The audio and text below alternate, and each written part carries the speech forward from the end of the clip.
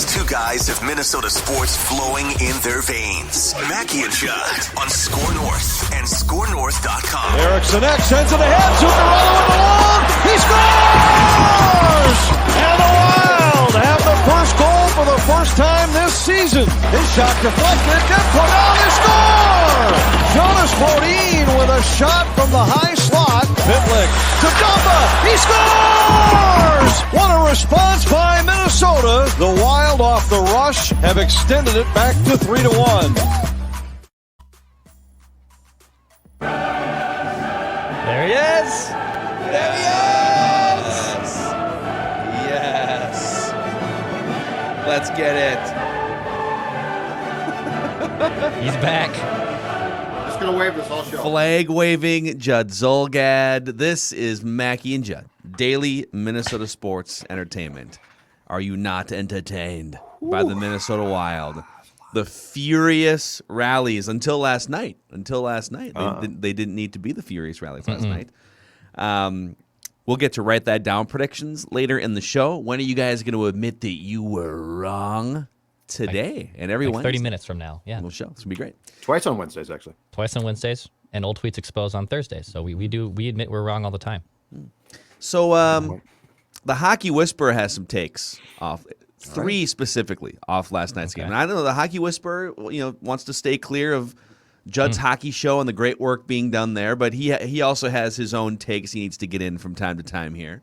Okay. And on this West Coast swing, going into Vancouver, first home game, by the way, like in 2 years, right? Because they didn't. Correct. Where'd they play last year? Just in like. Well, no, they played home at home. Okay, I got it. Against fans. And again, in the only against Canadian Canadian division. teams. So it's the first BC, American team or the first United States And by team the that's way, gone in.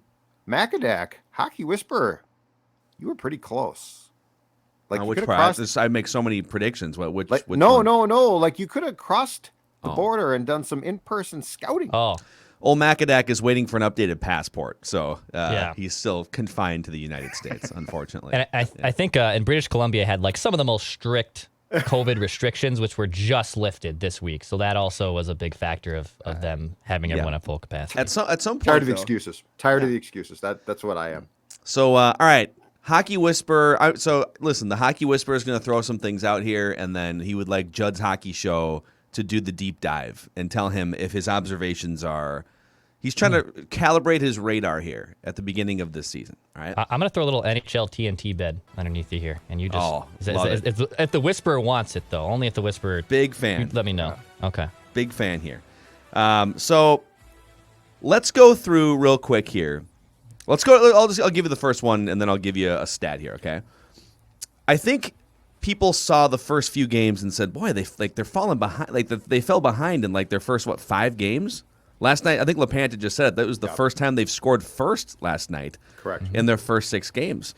I think the fact that they're 5-1, I should say the Whisperer thinks, the fact that they're 5-1 and they've only scored first once is amazing, and I think it's foreshadowing for how good this team can be, the fact that you can fall behind.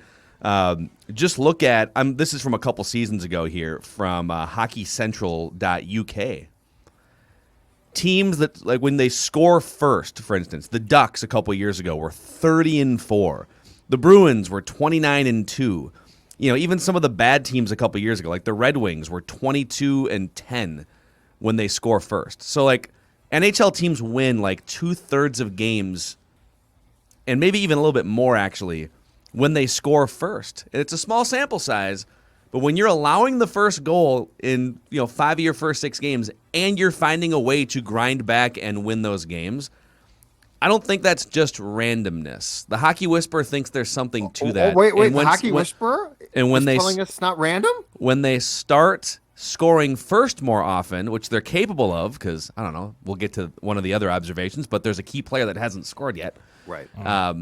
Think about what they can do here. They're going to jump out to some 2-0, 3-0 leads. So this bodes well, even though it's a bad stat to start the season. So we talked about this as well on Judd's Hockey Show a couple of days ago. And here's the thing that also happened last night that I think Dex will agree was so important too.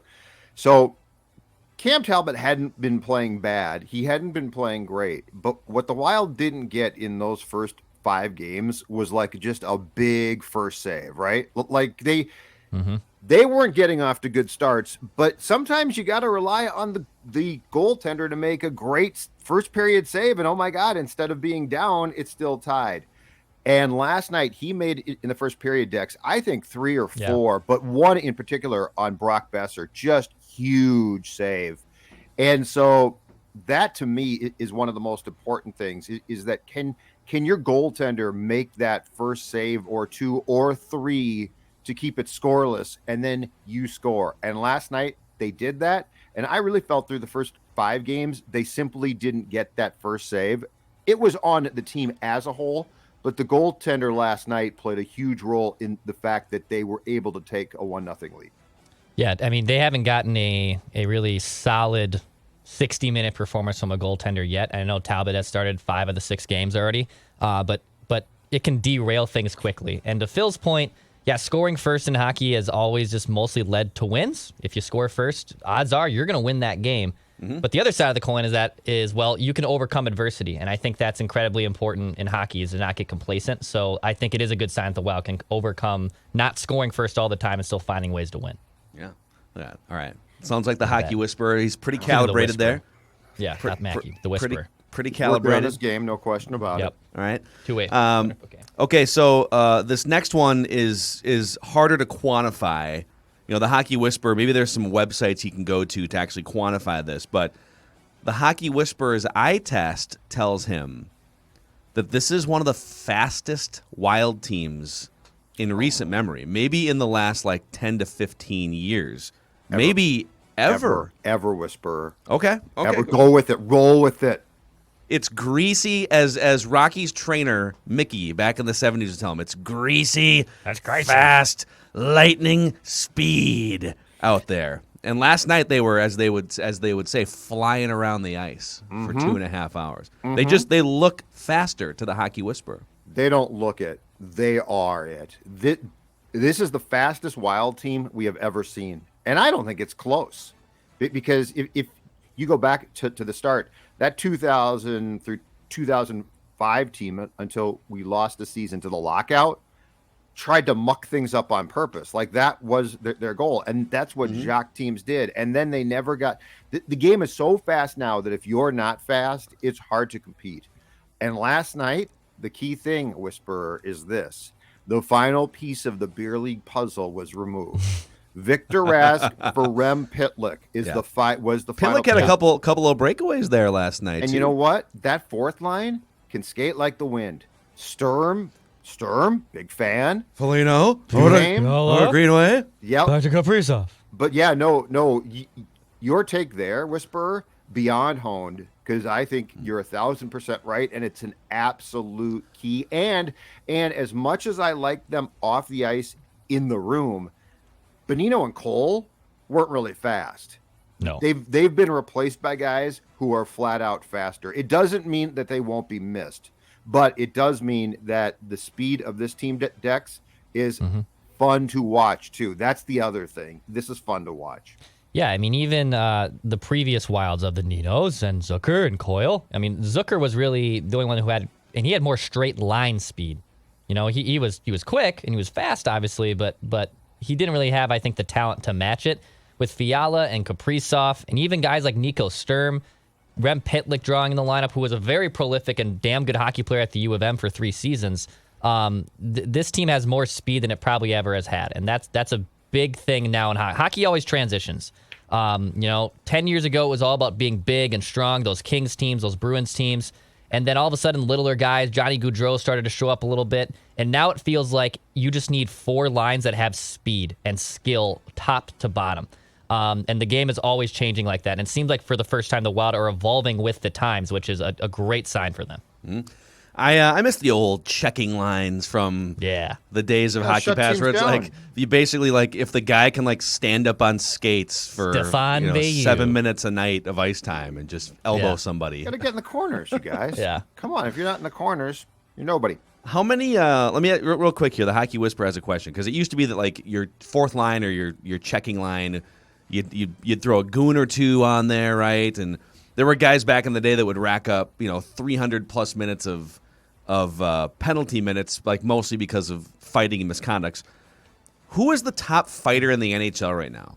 Like how many fighters even remain in the NHL, or have they all just been replaced by like more skillful fourth lines? True fighters, like real. Well, there's probably no true fighters anymore. Ryan but Reeves of the Rangers Reeves is a good one. Is my vote, but he can play a bit. Like he's not hopeless. But he's Lucic of Calgary can Martin fight. Lucic, yeah. He can score a little bit too, though. Like there's nobody left that just flat out sucks. Yeah. Right? Yeah, I put Foligno in there too. Oh yeah. I mean, you don't want to catch those hands either. You don't want those hands. That's Superman, but that Roman Reigns hands. Superman punch. But By the way, John Boy broke that down. Like the baseball John Boy broke down Marcus Foligno's fight against the Jets last week. The Superman punch is a great move. Yes, it is. The Superman punch. I guess so. So it sounds like was it Kevin Bieksa of the Canucks who's retired now? Used that a couple of times as well. Apparently, I've never seen it before until then. Dude, if you connect with that like full on, you might kill the guy, right? Yeah, you would. Doesn't kill it him. hurt? Like when I feel like, I've only been in like 2 fights in my life, and they were in 8th grade gym class. Like these guys are like when they leave their helmets on. I feel like a lot of the punches hit the plastic or whatever on the helmet. Won't you cut your hand up? And they were visors you totally do.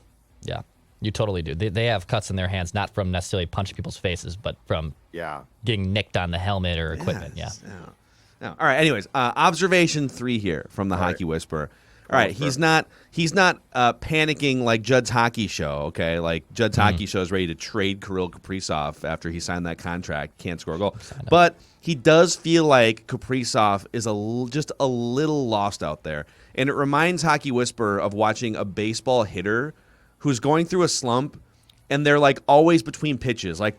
All right, I'm gearing up for a fastball, and there's a breaking ball. Like it kind of feels like Kaprizov is caught between facilitating, but then last night he knows like, I got to shoot more. And so I think he had maybe a season high in shots last night. He had 4 or 5 shots. The good news is he had similar goal-scoring slumps last year. So he had 3 6-game slumps if you include end of the regular season into the playoff series, and a 5-game slump. So this is now if it hits 7, I think that would be the biggest slump of his career. So he's got a net alarm.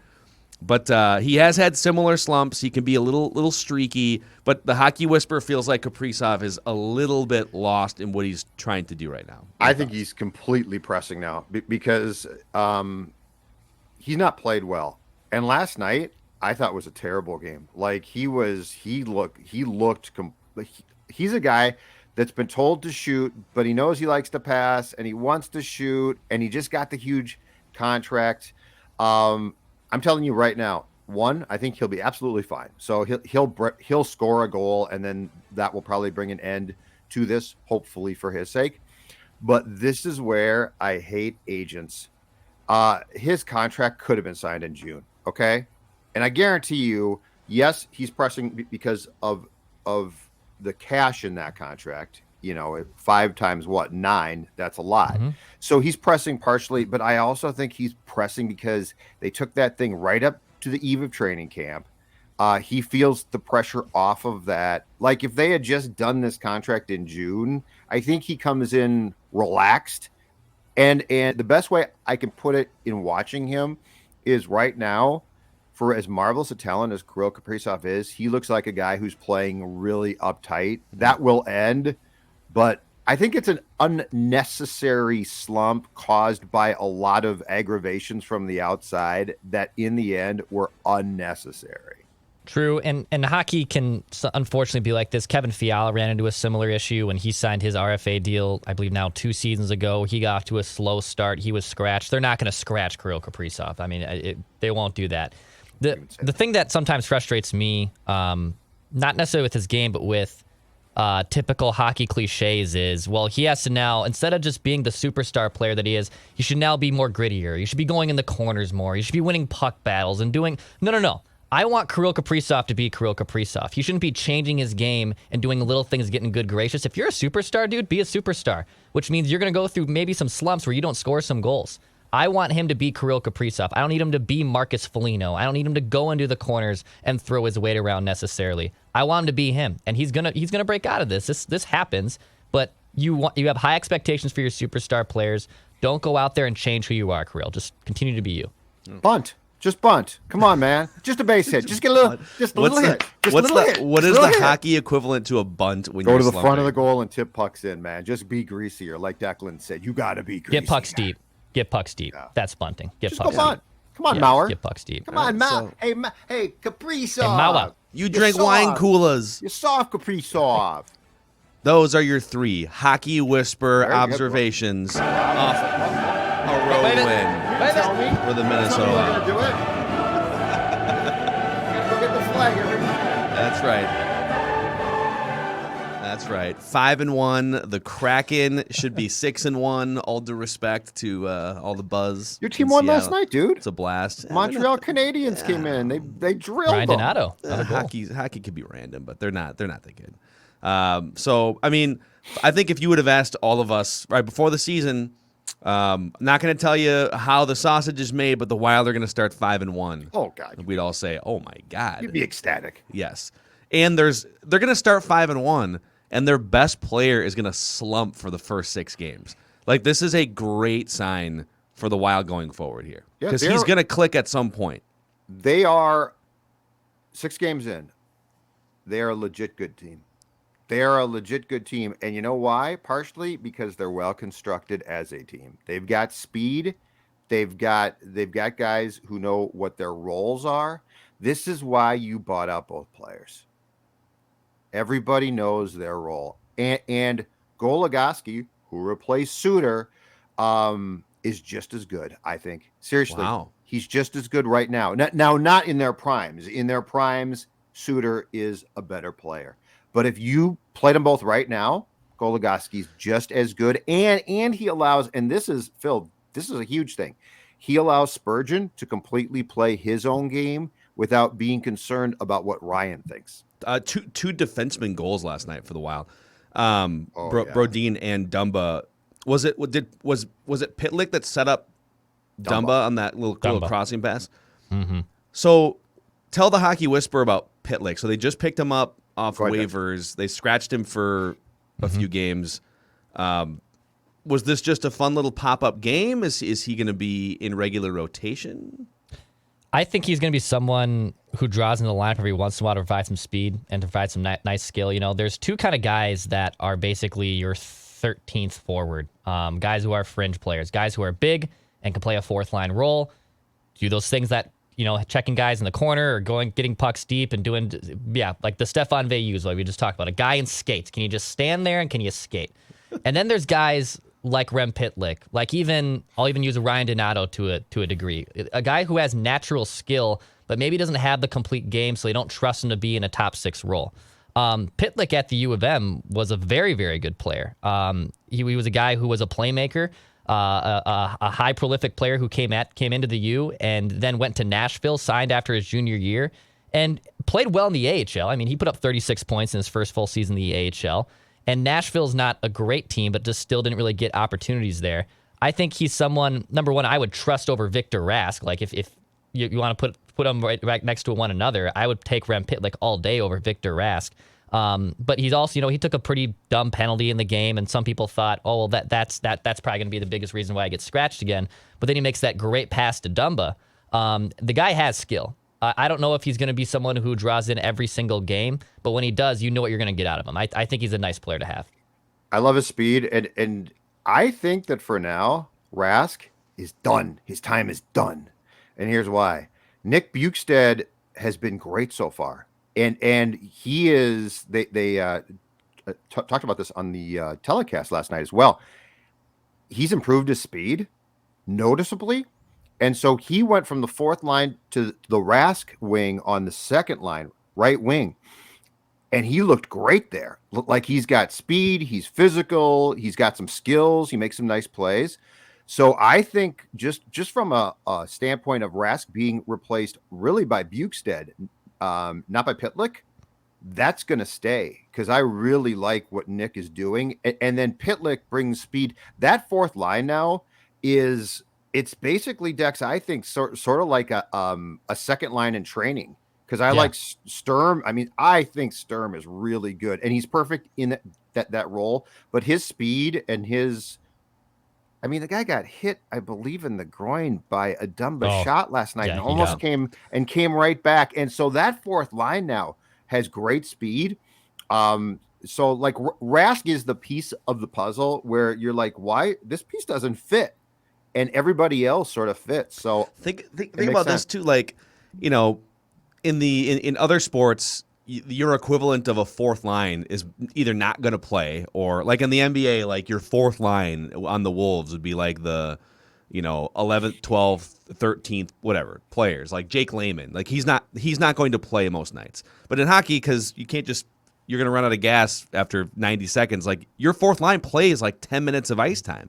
Mm-hmm. And it just kind of feels like historically this team, and I'm not saying that this fourth line is going to score a goal every night, but I'm saying like if all the things that you guys are optimistic about are true, you kind of go from having a fourth line that skates for 9 or 10 minutes and they're just kind of out there hoping to not allow a goal, to maybe 10 minutes of actually putting pressure on the opposing team and making the goalie look at some extra things that he wouldn't have to, right? Like, I think that matters over the course of a season. If it can pick up an extra handful of goals, it might win you an extra game or two over the course of 82. Mm-hmm. Yeah, I mean, even that line, Duheim, Nico Sturm, Nick Bukestad's been kind of up and down on it as well. But during training camp, we were looking at, it was going to be Marco Rossi or Matthew Boldy, or even then Adam Beckman, who showed up out of nowhere to have a big camp. Which one of those three guys are going to make it? And then Duheim was kind of this just nice player who wasn't putting up flashy numbers, but through the first 4 games, he's a fourth-line player, and he's been noticeable in every aspect. And he's also scoring. He's also putting up points, which is something you don't see from a fourth line. So it is important to have like a true, legitimate four lines that can roll like this. And I think not trusting them in a ton of situations, like you don't want to be playing them for 13, 14 minutes a night, but they're not a liability. Like they're not just going to eat up 8 to 7 minutes because you have to chunk up 60 minutes over 4 lines. They're actually trustworthy, and they actually bring a lot more skill than I think most fourth lines do. And Dean has said, I think the last 2 or 3 games, I've got to play them more late. And they were actually out. So with a minute left in I think it was the game on Saturday against the Ducks, he had them out with like 1:33 left on the clock. Mm-hmm. It was impressive. And then on Sunday, because that team, for the most part against the Predators, played a lifeless, really bad game, the fourth line showed up. So like they give you a spark, and the good fourth lines now are this. The good fourth lines get what time they get, but they also spark you.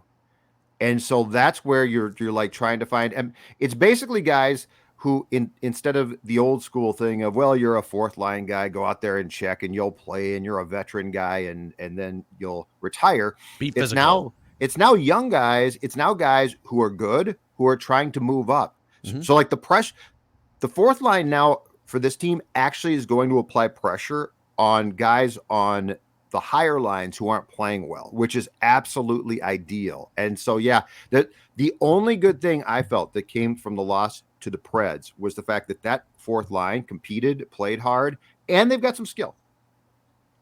And if the playoffs started today, oh boy, I don't know what the seeding would be, because I think they would take point percentage. But the Wild are tied for the most points in the Western Conference. I got a feeling. I knew it was coming. I knew it was coming.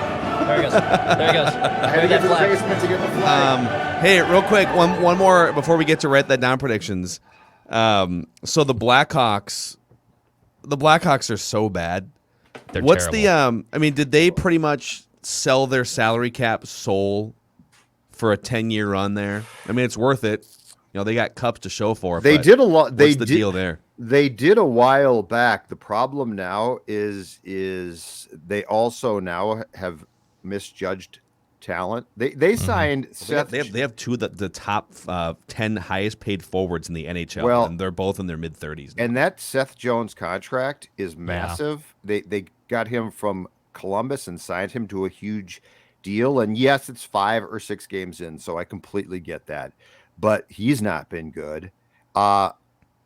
Taves shot, right? The guy who probably. The guy who I feel bad for, though, Marc-Andre Fleury, goes from the Golden Knights, won the Vezina, with a damn good team, though. Like a responsible defensively. He played great. Credit to him. But that team was damn good. And so the Blackhawks are like, we'll take him. Yeah, this will be great. And they're not damn good. And that poor guy he is going to go absolutely crazy because the team's not good. And now they've got the off ice stuff with the report They're a mess, dude. coming out about all their off the ice things, and their GM Stan Bowman stepped down on Tuesday, and so it's a complete mess. And Taves, I don't know, like he might be shot, was he out for COVID last? Why didn't he play last year? I think he had a combination of COVID that turned into something else. I don't think it wasn't the heart problem, but he didn't play, and he's no kid. But I mean,